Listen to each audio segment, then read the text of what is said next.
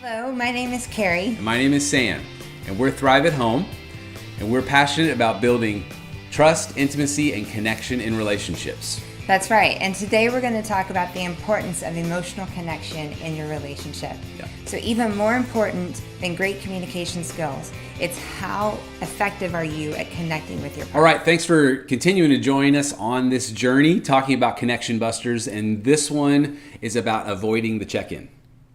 And so often, couples have a conversation they need to have, but they don't want to have it, and they kind of avoid it. Right. And that avoiding leads to disconnection. There was this amazing psychologist, marriage counselor. His name was Dan Wiley. And he came up with the idea of 3 doors, that at any moment a couple could go down one of these 3 doors. Right. The first one, attack, defend. That's right. And when we are knocking on the attack door, this is where we're blaming, we're accusing, we're attacking, we're saying you are doing this wrong. We often get that defensiveness that we've already talked about in this series. That one leaves us feeling like we're enemies. Yeah, I like thinking of like the old Western saloon doors. Yeah. It's like when you bust through with an attack, those doors are going to come back. That's great. Right back into a defense. That's good. Yeah. That's good. And on the other side, door number 2 is avoid, withdraw, which we're talking about in this one. When we avoid, we deny a situation, we sort of ignore it. This one leaves us feeling like strangers. And a lot of couples come to us and they kind of have this sense where, maybe they've kind of drifted from having sex. They've drifted from having good conversations. They're not doing much with each other. They're going in the same direction. Right. They're on parallel paths, but they feel like they're strangers, like roommates. Right, roommates. And so that's because we're avoiding the check-in. Right. We're avoiding the conversation that we need to have. Right. You don't want to do that. No.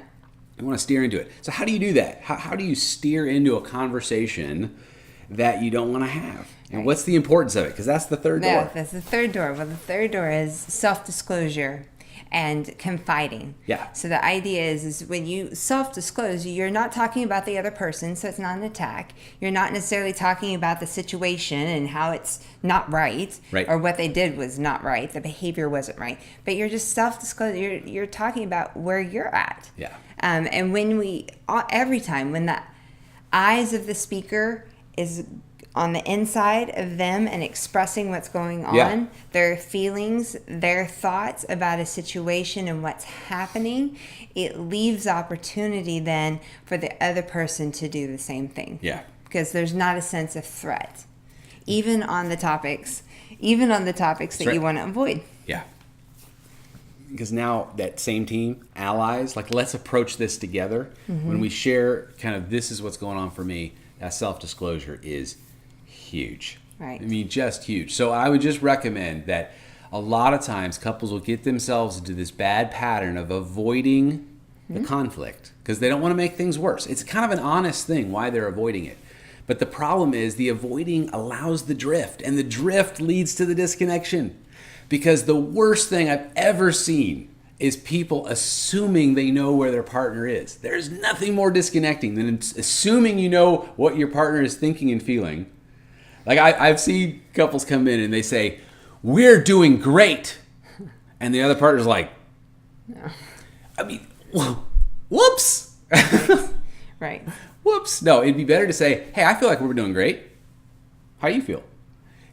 That's legit. Like you can have your own feelings. And there are times when you've already discussed it that you can confidently, there's nothing greater than being able to confidently know we're doing great because I've had the check-in. Right. So don't avoid the check-in. Right. And there's so many ways to do it, especially on what we know about marriage is that there are a few issues that and they're unique to the couple, okay? But there are a few issues that you will circle around and around that we call those perpetual issues.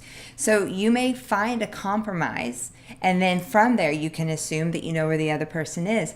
But over the course of time, we change our view. Mm-hmm. Or things have happened that's like, oh, well, that compromise didn't exactly work out.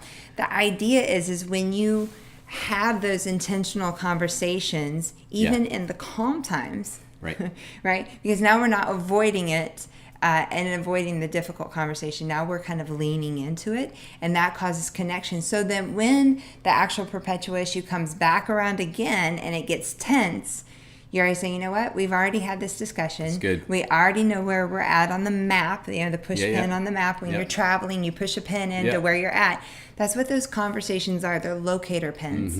And so then there's not really massive surprises at the end of the day. Yep. Say, I never knew you thought that way, or I never knew you felt that way. Yeah. I'm hearkening to my Bowenian roots here, the Bowenian therapy roots. But you got to know where you are, your thoughts and feelings. So this avoiding the check-in, some people are avoiding the check-in like, how am I doing? Right.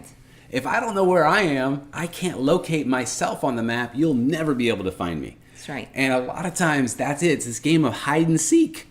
Right. Where we're like scavenger hunting on hoping to find. That's disconnection. Scavenger hunting is not what you want in your relationship. You want to just say what you need. So you gotta know what you check in about me and then check in about us. Right.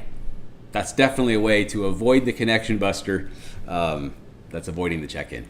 Yeah. All right. Thank you for continuing to join us on the journey here. We got a couple more.